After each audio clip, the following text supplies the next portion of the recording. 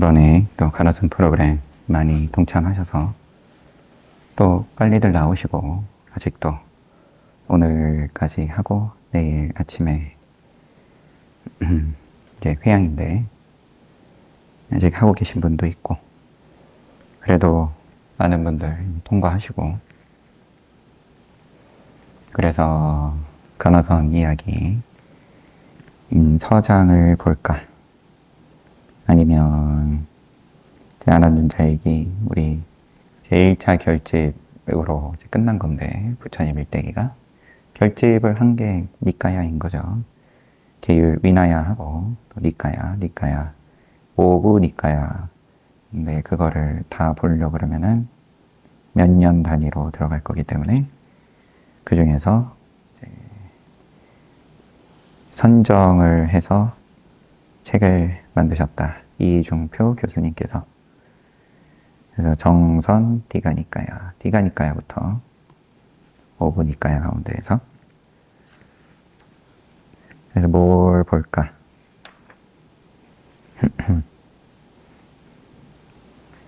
그래서 뭐 다른 자리에서 물어봤더니만은 뭐 아무도 대답을 안 하셔가지고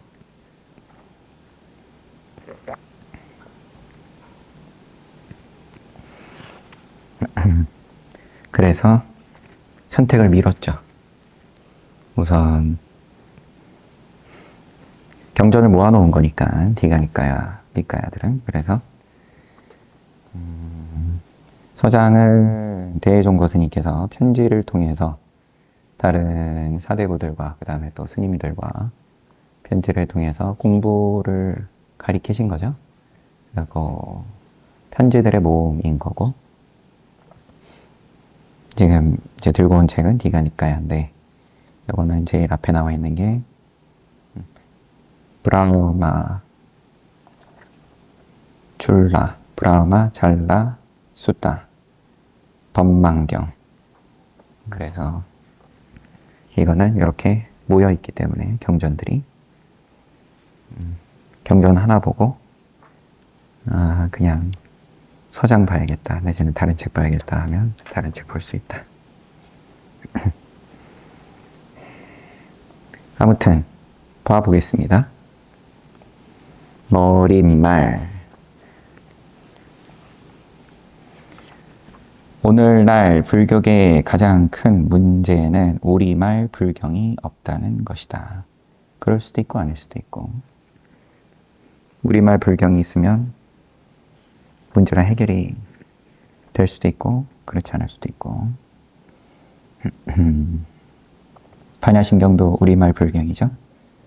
어린이들도 어린이 법회하면 반야심경, 한글 반야심경 하는데 뭐 어린이고 할 거 없이 뜻을 물어보면 만만치 않죠. 팔만대장경이라는 방대한 경전이 있지만 뭐 등등 쭉 당신 생각을 얘기하고 이 책을 왜 만들게 됐냐. 니까야와 아함경 가운데 중요한 경전을 정선해서 정수를 선별해가지고 불경을 편찬하는 작업을 시작했다. 니까야와 아함경은 서로 다른 전승의 초기 경전이지만 그 내용은 대동소이하다. 니까야는 빨리어로 되어 있고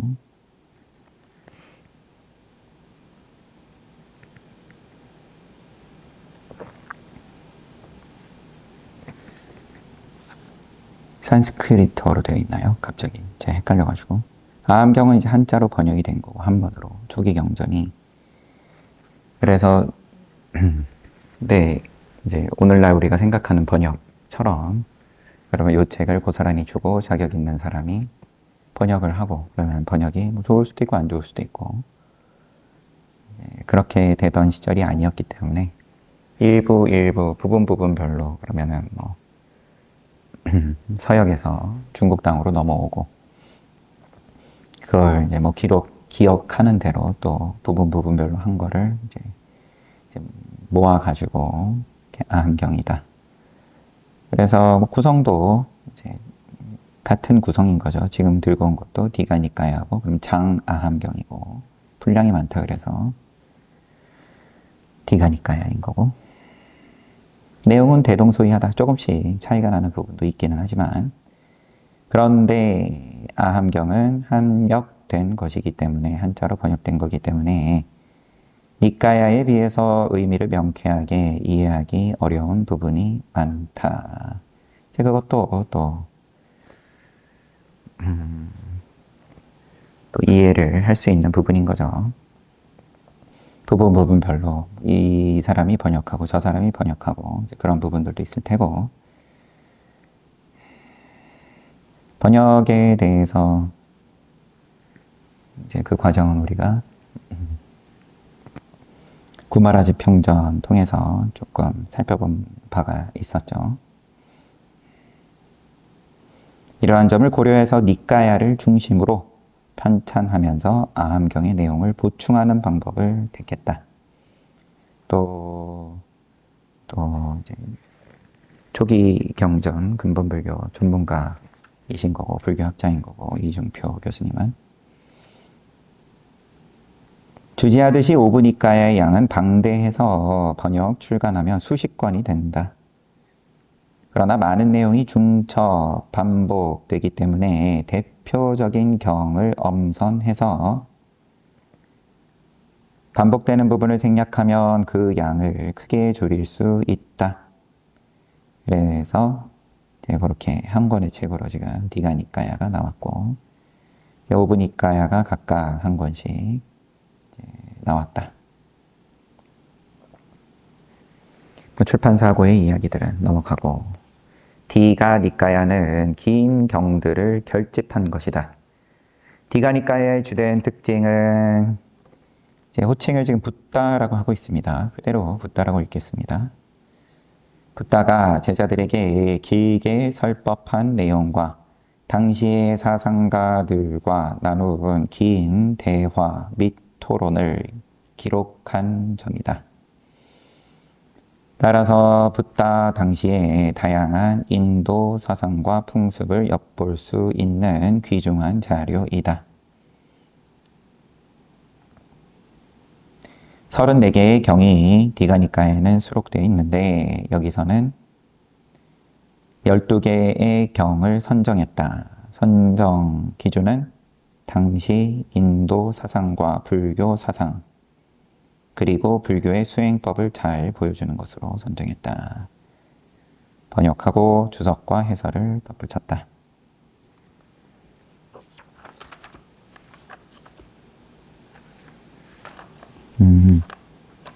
하나, 둘, 셋, 넷, 다섯, 여섯, 일곱, 여덟, 아홉, 열, 열하나, 열둘. 이 책에 선정된 경과 그 내용을 간략하게 소개하면 다음과 같다 하면서 12개를 보여줍니다. 브라마잘라 숫다 장아함경의 범동경, 뒤에 볼 때는 본문에 들어가면 이제 범망경 이렇게 한자로 번역이 되고요. 이제 그물망자 써가지고 그게 더 잘 드러낸다. 근데 궁금한 게 디가니까야는 전부 다 장아함경이니까 장아함경에 무슨 경, 장아함경의 범동경, 장아함경 이렇게 아함경에서 아함경 가운데 장아함경에서 범동경에 상응한다. 완벽하게 1:1 대응돼서 번역된 건 아니다 보니까 한자로 상응한다 이렇게 표현을 한 걸로 보이고요. 우리 앞서서 본 아난존자일기가 이제 이런 부분들에서 이제 뽑은 거죠. 부처님 일대기에 넣을 만한 부분들을 이렇게 니까야에서 뽑고, 그 다음에 계율 경전에서 또 뽑고,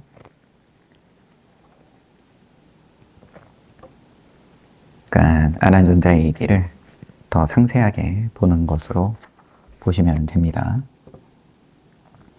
브라마잘라는 범천을 의미하는 브라흐마, 그물을 뜻하는 짤라의 합성어로서 범천의 그물이라는 뜻이다. 붓다는 왜 자꾸 붓다라고 하냐. 이게 또 초기 불교 하시는 분들은 부처님의 호칭에 대해서 좀 뭐 어떤 그 엄격한 기준을 가지고 있더라고요. 서가모니 부처님을 말하는 거고 우선은. 그런데 우리가 부처님이라고 했을 때는 종교적인 의미가 크다 내지는 그게 전부다인 부분도 있죠. 근데 철저하게 어떻게 보면 2500년 전에 살다 가신 부처님, 그리고 붓다라는 거는 이미 그때 통용되던 깨달은 자라는 고유명사가 아닌 거죠. 깨달은 자에 대한 호칭인 건데 종교성을 배제를 하게 보겠다. 이제 뭐 그런 뜻에서 지금 붓다라고 하는 거니까 우선은 따라가겠습니다. 붓다는 이 경에서 세상의 모든 사견을 빠짐없이 걷어내고 있다.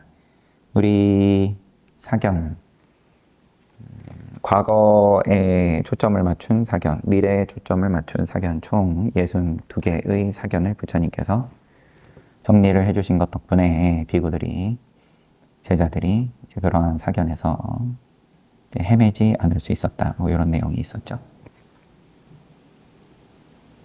알면서도 빠진다.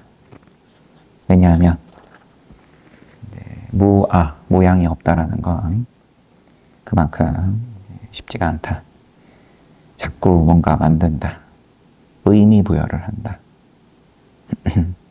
그래야 내가 지금 보내고 있는 시간, 하고 있는 노력, 견디고 있는 괴로움, 이게 버틸만 하다.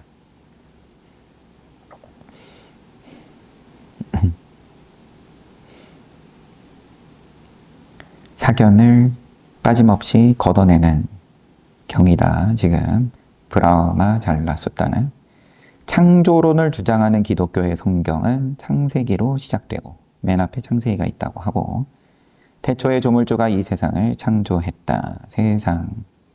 이 세상은 뭐냐? 신이 만들었다. 그렇다면 불교에서는 어떻게 이야기하냐? 이 세상이 뭐냐? 내가 왜 이렇게 괴롭냐? 왜 이런 일이 나한테 생겼냐? 이걸 제일 앞에다가 둘만 하죠, 순서상. 종교를 내지는 불교를 내가 관심이 생긴다, 좀 알고 싶다, 그러면은 제일 앞에 뭘 갖다 걸어 놓을 거냐? 불교대학이다, 아니면 뭐 기도다 등등. 근데 이 디가니까야의 제일 앞에는 지금 브라흐마 잘라 숫다가 있다. 근데 장아함경 한자로 번역된 거에서는 순서가 뒤로 가 있습니다. 그러면 여러 가지 이유는 여러 가지라긴 그렇고, 여튼 이유가 또 있겠죠. 책을 만드는 입장에서 제일 앞에다 뭘 놓느냐가, 그러면은 내가 만든다 생각했을 때에도 중요한 거니까. 그런데 이 브라흐마 잘라 숫다, 사견이다. 뭐가 사견인지를 밝히는 거를 제일 앞에 놔가지고는 최소한 중국 땅에 가가지고는 이게 잘 안 팔리더라. 그래서 뒤로 미룬 걸 수도 있죠. 추측해 보는 겁니다. 하지만 부처님 당시 때에는 이걸 제일 앞에다 뒀다. 제일 원칙적으로 했다. 붓다는 중생의 자아와 세계, 나다 아니면은 너다, 이게 전부잖아요. 자아다, 세계다. 이러한 것은 무지한 중생이 일으킨 분별이며 무지 때문에 발생한 분별이다. 망상이라고 가르쳤다. 이것을 안다면 우리는 나는 어디서 와서 어디로 가는가? 예를 들면 관심 있는 이 세계는 누가 만들었는가? 또 나와 세계는 영원한가? 일시적인가? 더 그냥 노골적으로 제 꼴 보기 싫은데 쟤 언제까지 봐야 되냐, 견디면 이 인연이 지나가지냐, 아니면 평생 봐야 되냐, 이런 문제들. 즉 붓다가 무기로 판단을 거부했던 부처님께서 대답을 안 하셨다. 외도들이 와서 이런 질문할 때 그걸 거부라고 하는 게 맞는지 틀린지 애매하지만 여튼 답을 안 하셨으니까 거부했던 문제들에 현혹되지 않을 것이다. 이런 문제들에 대해서 현혹되지 않는다. 되게 중요해가지고 나는 거기서 그 문제가 너무 궁금해가지고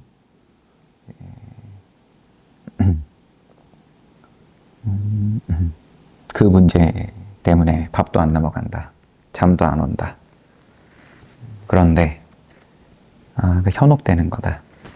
알고 나면은 그냥 현혹되는 것일 뿐이고, 모를 때에는 그것 때문에 중리산이 하는 거고, 이 경은 이러한 점을 명확하게 밝힌다. 이 경이 디가니까야의 서도의 제일 앞에 자리한 까닭이 여기에 있다고 생각한다. 책 쓴 분도 제가 그렇게 추측을 해본다.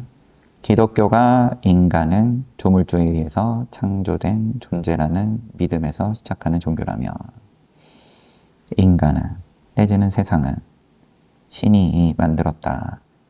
이게 출발이라면, 기독교의 출발이라면, 내지는 다른 신을 이야기하는 수많은 종교들의 출발이라면, 불교는 우리가 분별하는 자아와 세계가 뭐든 있다. 모양 한번 만들면 그게 무지한 삶에서 비롯된 망상이라는 것을 깨닫는 데서 출발한다. 불교가 망상에서 깨닫는 데서 출발한다. 말이 여튼 넘어가고, 따라서 이 경은 불교의 출발이라고 할 수 있다. 망상이라는 것을 드러내는 데서 출발한다. 깨닫는 데서 출발한다. 깨달았으면 됐죠. 뭐. 더 입 벌려서 더 얘기할 게 뭐가 있어요. 34개든 그 중에서 12개를 뽑았든 괜히 말 가지고 시비할 필요는 없고. 두 번째, 사만야빨라 숫다. 이거는 장아함경의 사문과경에 상응한다. 이렇게 12개가 뭔지 살펴보면 오늘 하루 갖고도 힘들 것 같긴 하지만, 그래도 사만야빨라 숫다.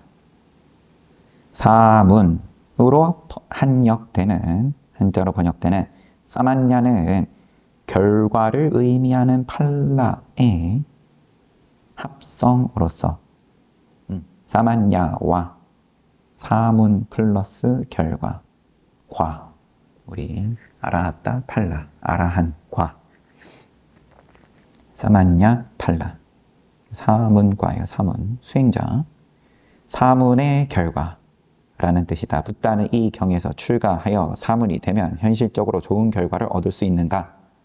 라는 질문에 답하고 있다. 이 사문이라 비구교단만 얘기하는 것은 아닙니다. 그러니까 출가해서 외도 수행자도 사문이라고 하는 걸로 알고 있는데, 어쨌든 출가해서 사문이 되면 현실적으로 좋은 결과를 얻을 수 있는가? 이 경은 당시에 인도 사상을 보여주는 거다. 당시에 불교뿐만 아니라 이 경에 등장하는 6명의 사상가들, 소위 육사외도로 잘 알려진 사람들, 요거를 다 설명을 하는가 봅니다. 그래서 요때 이제 큰 세력을 갖고 있었던 6 사상들, 이 경의 주제는 출가해서 수행하면 현실적으로 좋은 결과를 얻을 수 있는가, 즉 행복한 삶을 살 수 있는가이다. 뭐라고 하셨을까요, 그러면? 이익이 있다. 출가하면 그럴 수도 있고, 아니면 올바른 가르침을 따라야 이익이 있다. 그래서 사문만으로 무조건 그 결과가 보장되는 건 아니다. 그러셨을 수도 있을 것 같고요. 근데 이게 기준이 2500년 전 기준이니까 오늘날 얘기할 것 같으면 무조건 출가하는 게 이익이다 이러면은 오늘날의 이 시대에는 맞지 않을 수도 있는 거죠.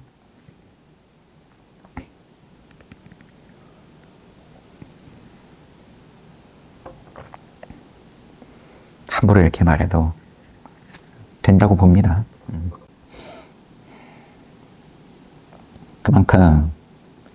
그만큼 문명이 많이 올라온 거고, 출가하지 않아도, 이때는 출가하지 않으면은 이제 대부분은 다 농사에 치여서 사는 거고, 수행하고는 거리가 멀 수밖에 없는 거고, 육조단경 우리 보는 가운데서도 크게 다르지 않은 거고요. 그런데 지금은 출가하지 않고도 시간이 보장이 된다. 수행할 수 있다. 접할 수 있는 길이 많다.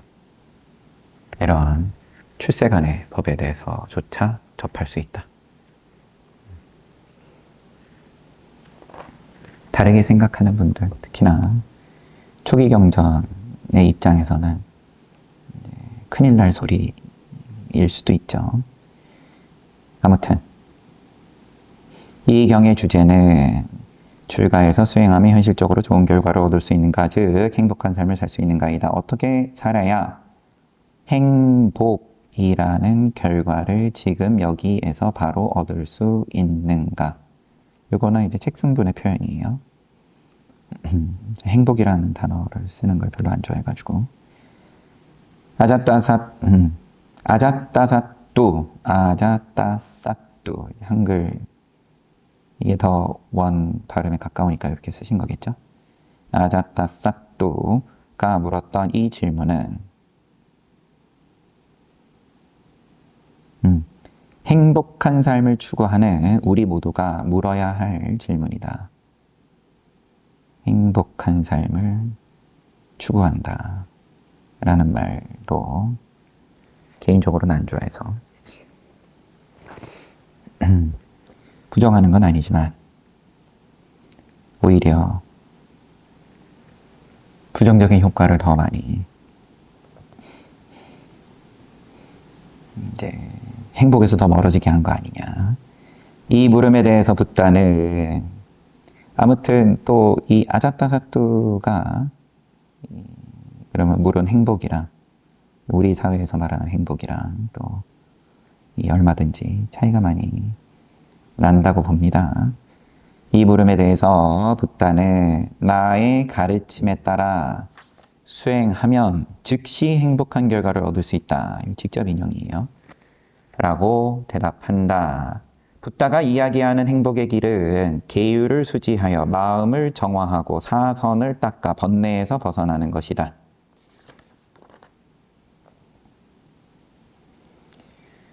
그러면 이 경의 주제는 출가해서 수행하면 행복하냐, 좋냐, 수행하면 좋냐, 출가도 빼고. 여기에 대해서 부처님께서 나의 가르침에 따라 수행하면 좋다. 깔끔하죠. 그리고 이제 그 구체적인 길은 지계, 그 다음에 사선, 선정, 마음을 정화하고, 무엇을 지금 이렇게 표현을 한 건지 싶지만 지혜가 안 들어간 건지, 브라마잘라숫타에서 억측과 무지에서 벗어나 정견을 가질 것을 이야기했다면, 앞에 무엇이 사견인지를 쭉 정리를 하신 브라마잘라숫타에서 억측과 무지에서 벗어나 정견을 가질 것을 이야기했다면, 이 경에서는 수많은 사상과 종교가 난무하는 세상에서 바른 견해로 허망한 이론을 비판하고 행복에 이르는 길을 알려주고 있다.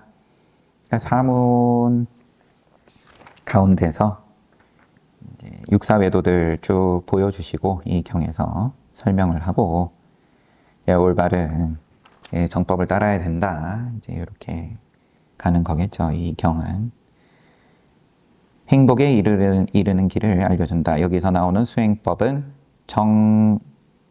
정형구가 되어 여타의 경전에서 반복된다.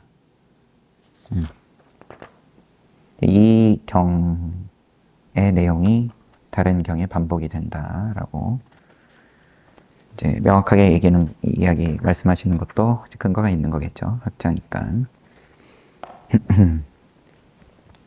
세 번째로 고른 것은 이 디가니까야 가운데서는 다섯 번째 이 모양이고 꾸따단따 경 장아함경의 구라단두경 이거는 누가 봐도 음역한 거네요.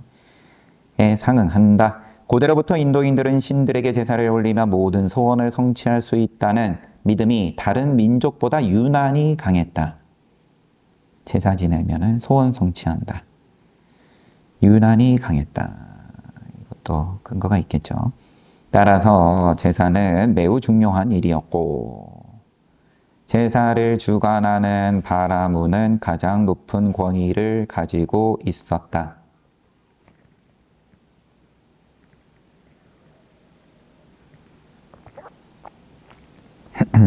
중요한 일이 소원 성취로 이어지는 그 제사를 주관한다. 그러니까 그만한 권한이 그러면 상당했겠죠. 높은 권위를 가진다. 나의 소원 성취를 저 사람이 손에 쥐고 쥐락펴락하는 거니까 저 계층의 사람들이. 이 경은 수많은 짐승들을 희생시키는 당시의 제사 행위를 비판하고 있다. 만약 신이 이 세상을 주관하고 신에 의해서 행복이 주어진다면 나의 소원 성취를 주관하는 무언가가 있고 조물주가 있고 국가의 안녕과 백성들의 행복을 위해서 큰 희생을 바쳐서라도 신에게 제사를 올려야 할 것이다. 그러나 과거도 현재도 현실은 전혀 그렇지 않다. 이 경은 백성들에게 안정된 직업을 주어 생업에 전념하도록 할 때 국가의 안녕이 지켜지며 우리의 행복은 제사에 의해 이루어지는 것이 아니라 계율의 실천, 즉 도덕적인 삶과 마음의 정화를 통해 이루어진다고 가르치고 있다. 마음의 정화가 계속 반복되는데 그냥 입에서 나오는 대로 한 표현은 아닐 테고 학자니까 존중하는 겁니다. 시비하는 게 아니라. 이 원 단어가 뭐 나중에 나오겠죠. 내용 보다 보면. 우리 늘 삼학, 개정해인 거고 치계, 선정, 지혜. 지혜를 좀 더 직역을 한 게 지금의 마음의 정화인 걸란지 다 추측해 보는 겁니다.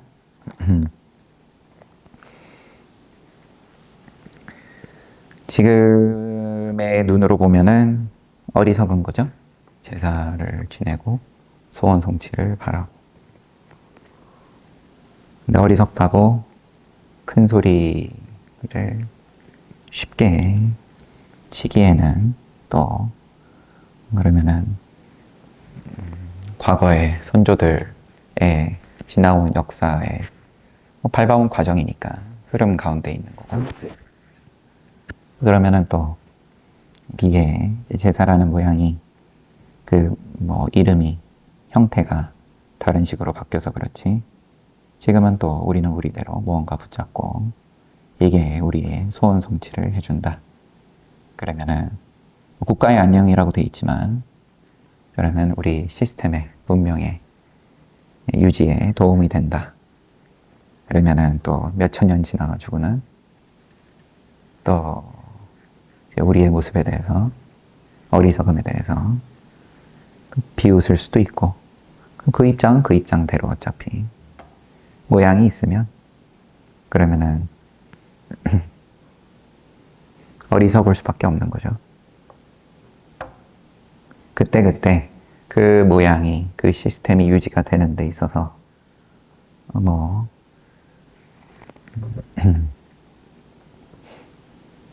늘 최선이라고 이야기를 단언할 수는 없지만 나름의 선택을 하고 그러면은 그거 붙잡고 또 길지 않은 생을 노력을 기울이는 건데 중요한 건 이게 선업이냐, 지계냐, 보시냐. 단지 제사여가지고 어리석고, 안 제사면은 안 어리석고, 이런 문제 이전에 그러면은 부처님의 가르침에 그 결을 같이 하고 있는 거냐? 부처님의 가르침은 뭐냐? 이게 보시지계냐? 그게 천상으로 이어진다. 제사가 보시와 지계를 따르는 제사의 형태면 천상으로 이어진다. 소원성취로. 내가 가진 거를 나누고 규율을 지키고 규칙을. 그렇지 못한 제사이니까 여기서 비판을 했다는 거겠죠. 짐승을 희생시키고 그 다음에 뭔가 큰 희생을 하게끔 하고 자꾸 구성원들에게. 그 다음은 뿌따 빠다 경 죄송합니다. 뽀따 빠다 경 장아함경의 포타 바루 경, 이것도 음차한 거겠죠. 붓다 당시의 인도 사회는 사상적으로 매우 자유로운 시기였다. 정통 브라만 사상이 주류를 이루고 있었지만, 그러니까 앞의 경은 꽃다 단따 경은 브라만 사상에 대해서 쭉 보여준 거고, 그 다음에 이거 말고도 또 뭐 다양한 그런 사상들을 보여주는 경이 뽀따빠다 경인 모양입니다. 정통 브라만 사상이 주류를 이루고 있었지만 이를 부정하는 수많은 사상가들이 나타나서 백가 쟁명의 시대를 형성하고 있었다. 이 경은 이러한 시대상을 잘 보여주고 있다. 특히 이 경은 붓다의 인식론을 엿볼 수 있다. 그리고 무와설에 근거하는 불교의 자아관과 무기의 이유 등 외에 그러면 무와가 아닌 유아를 묻는 질문들에 대해서는 다 무기하셨냐 기록할 기자예요. 거기에 대해서 부처님께서 입을 안 댔냐 왜 다각적으로 불교의 철학적 입장을 보여준다라고는 돼 있는데 다 그냥 무하겠죠 결국. 그 다음 경은 깨왔다경 장아함경의 견고경. 대부분의 종교는 초인적인 신비한 힘을 내세운다. 종교의 지도자는 기적을 행하거나 신통력을 지니고 있다고 세상 사람들은 생각한다. 깨달아서 부처가 되면 온갖 신통을 부릴 수 있게 될 것이라고 생각하는 사람들이 많다. 신통이 있다.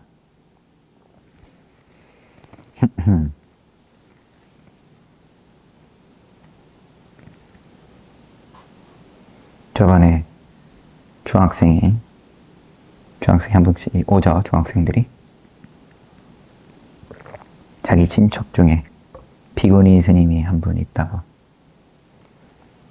비구니 스님이 관상을 본다고. 자기 위에 할머니 비구니 스님이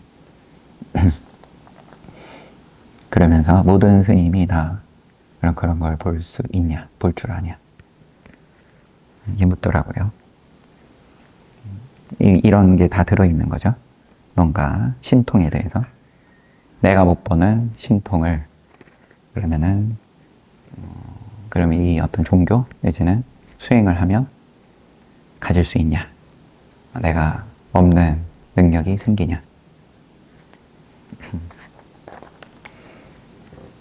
부처가 되면 온갖 신통을 부릴 수 있게 될 것이라고 생각하는 사람들이 많다. 그리고 경전에 부처님의 신통에 대해서도 명시되어 있는 거고, 이 경에서 붓다는 신통이라는 이름으로, 신통력이라는 이름으로 세상 사람들을 현혹하는 것은 위험한 일이라고 경계한다. 그 대신 붓다는 교계 신통, 이 진정한 신통이라고 가르친다. 교계 신통이란 사람들로 하여금 마음을 닦아 번뇌에서 벗어나 행복한 삶을 살아가도록 가르친다는 것이다. 번뇌에서 벗어나게 한다. 아라한이 되게 한다. 선지식인 거죠. 선지식 신통. 이 경에서는 이게 교계의 신통이 진정한 신통이라고 가르친다. 남을 깨닫게 해주는 것이 뭐 남을도 안 갖다 붙이고 그냥 그러면 스스로를 자기가 깨닫든 여튼 깨닫게 하는 게 번뇌에서 벗어나게 하는 게 윤회에서 벗어나게 하는 게 신통이다. 진정한 신통은 붓다가 생각하는 진정한 종교는 불가사의한 기적으로 인간의 욕망을 충족시켜 주는 것이 아니라 무지와 욕망에 사로잡혀 있는 사람들을 가르쳐서 무지와 욕망에 사로잡혀 있는 사람들을 이제 뭐 가르칠 교자니까 가르친다고 표현은 했지만 여하튼 욕망을 버리고 지혜롭게 살아가도록 하는 것이다. 사람의 마음을 변화시켜서 고통스러운 삶에서 행복한 삶으로 전환시키는 일이 이게 기적이다. 이게 신통이다.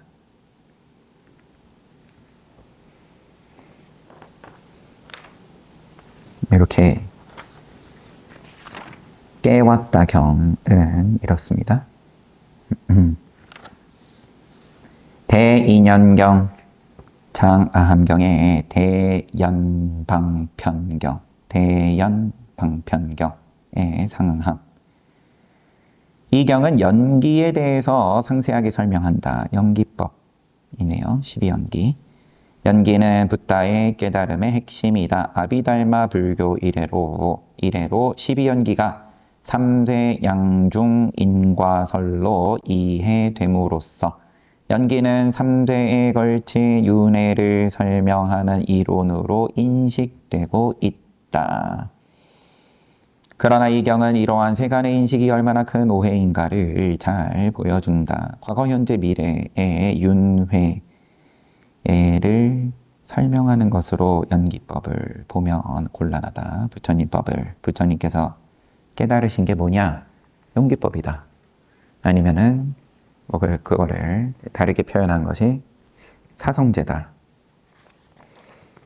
그런데 이것을 갖다가 3세 양중 인과설로 이해하면 부처님법을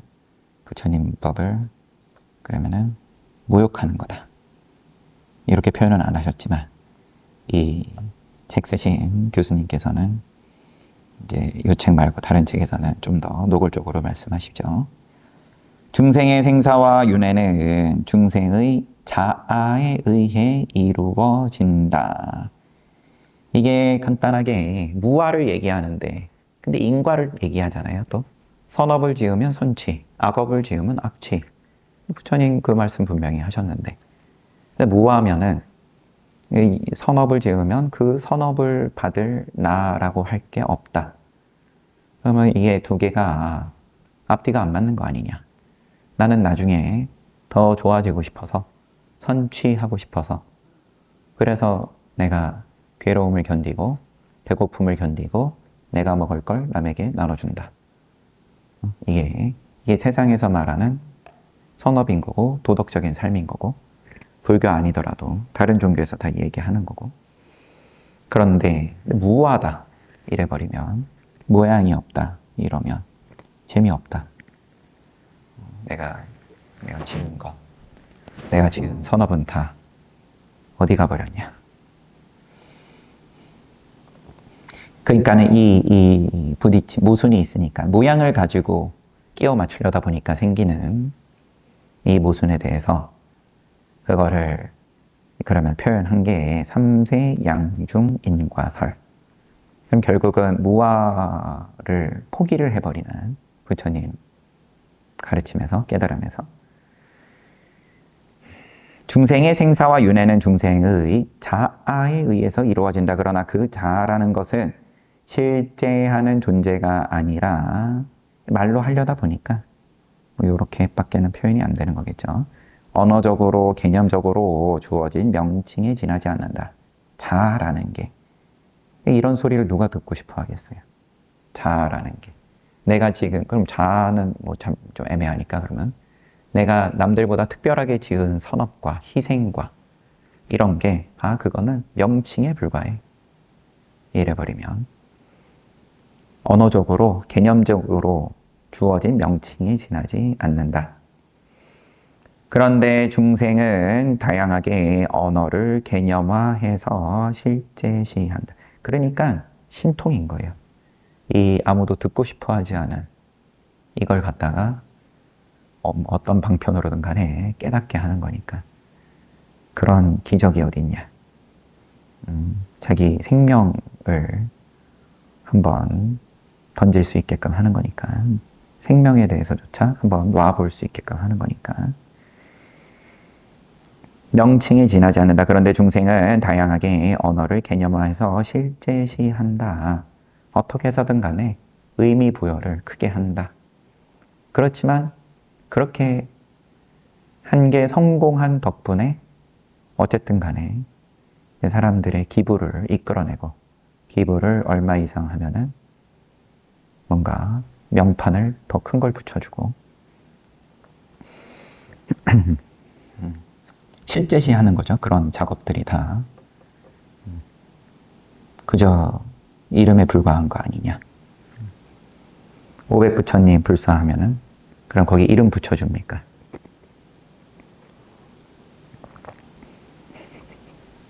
뭐라 그래야 돼요? 실제시함으로써 보시에 동참하세요.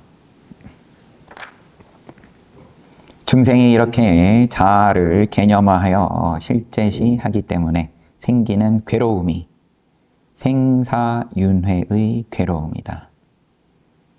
이게 전부다. 1대4 이념. 이 괴로움이 모든 괴로움은 실제시 때문에 그렇다. 내가 지금 괴롭게 해 뜨기 전부터 나가서 떼약볕에 농사일을 열심히 해서 그러면은 내가 얻는 과실이 가을에 수확하는 것이 실제시한다. 그리고 그 부분이 일정 부분은 또 실제시가 되는 거고 혹은 그 이상 될 수도 있고 그 이하로 될 수도 있고 따라서 이러한 사실을 명백하게 알므로써 생사윤회의 괴로움에서 벗어날 수 있다. 명백하게. 자, 말이 쉬운데 명백하게 한다. 생사윤회의 괴로움에서 벗어날 수 있다는 것이 이 경의 요지이다. 어제도 가나성 하는데 이제 사람들 질문하시죠. 다들 간절하니까 열심히 또 화도 드니까 질문이 또 나오는 거고. 한 거사님은 첫날 입제할 때도 갔으니까 그러면 자기가 열심히 공부하는 모습이죠. 열심히 노트 필기합니다. 그러면은 그런 것부터 못하게 하죠. 호흡을 하는 입장에서는. 근데 적당히 얘기를 해가지고는 자기는 자기 공부하는 방식이 있어 왔으니까 자기는 그게 남들보다 더 열심히 하는 모습인 거고 자기 기준에서는. 어제 가보니까 노트가 이미 두툼해요. 얼마나 그간에 열심히 그걸 또 보고 또 보고.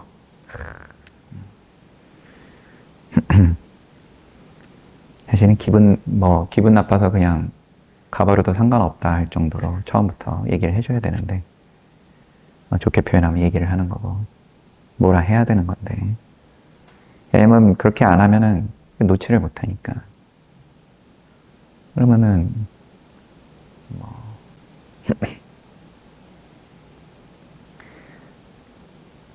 그러면 이제 그거 보면서 또 질문을 해요. 큰 스님께서도 그냥 그러려니 하는 거고 예전에는 그런 거 다 용납 안 하셨는데 호법서는 소법사는 스님들한테 더 뭐라 그러는 거죠. 저런 거. 뭐 처음 오신 거사님, 뭐라 할 것도 아니고. 저런 거 그냥 두고 있냐고. 질문을 하고 큰 스님께서 또 대답을 해주시고. 그러면은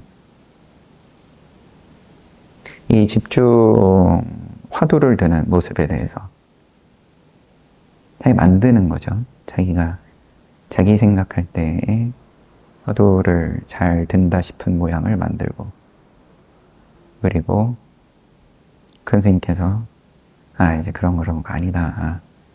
말로 어쩔 수 없이 화두 들 때는 그런 거 저런 것도 없고 뭐 얘기야.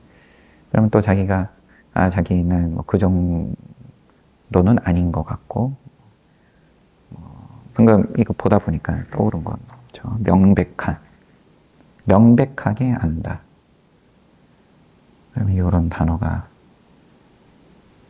이제 얼마나 그 명백이라는 단어를 내가 듣고 이 명백에 대해서 내가 그간에 이해하고 있다. 그 다음에 내가 지금 하는 거는 몇 점짜리. 명백은 아마 순도 95%. 예를 들면 내가 하는 거는 한 92점 정도. 그럼 저는 아직 명백까지는 안 간 것 같고, 이게 이 질문 하나 하는데 얼마나 거기에 자기가 계산기가 돌아가고, 이거 큰 스님 말씀에 자기가 점수를 매기고, 명백이라는 단어가 몇 점짜리고 내가 한 거는 몇 점짜리고 비교를 한 다음에 그게 우리가 일상에서 사는 원래 모습이니까. 그러면 그 계산만 한번 놓아보라는 건데, 한마디로. 그러면은 한국말을 하나도 못 알아듣는 외국인도 화두 들고 통과한다. 그런 소리가 하나도 와닿지가 않겠죠. 말을 듣고 이해를 하고, 그 이해라는 게 계산기 두드리는 거니까. 그런 다음에 그럼 내가 그 중에서 얼마만큼은 이해를 했고 얼마만큼 이해를 못했고. 여튼 낱말할 처지도 아니고, 뭐 제가 화두방에 있었을 때는 뭐 다를 것도 없었으니까, 뭐 지금이랑 비교해도 다를 것도 없다 그래도 할 말 없는 거고.